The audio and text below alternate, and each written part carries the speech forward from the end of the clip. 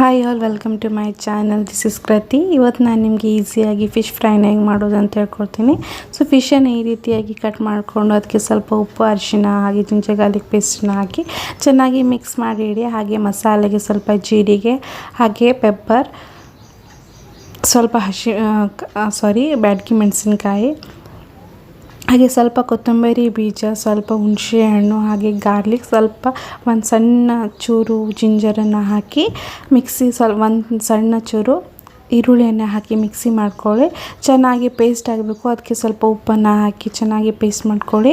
ಇಲ್ಲಿ ನಾನು ಸ್ವಲ್ಪ ಗರಂ ಮಸಾಲನ ಆ್ಯಡ್ ಮಾಡ್ತಾಯಿದ್ದೀನಿ, ಇದು optional.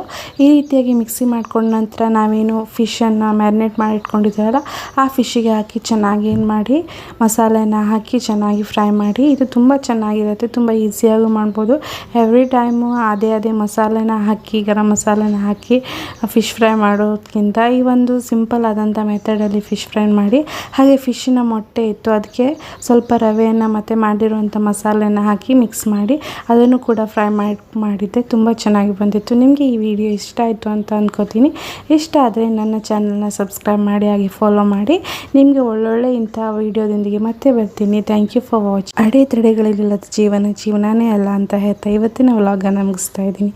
Thank you for watching. Bye.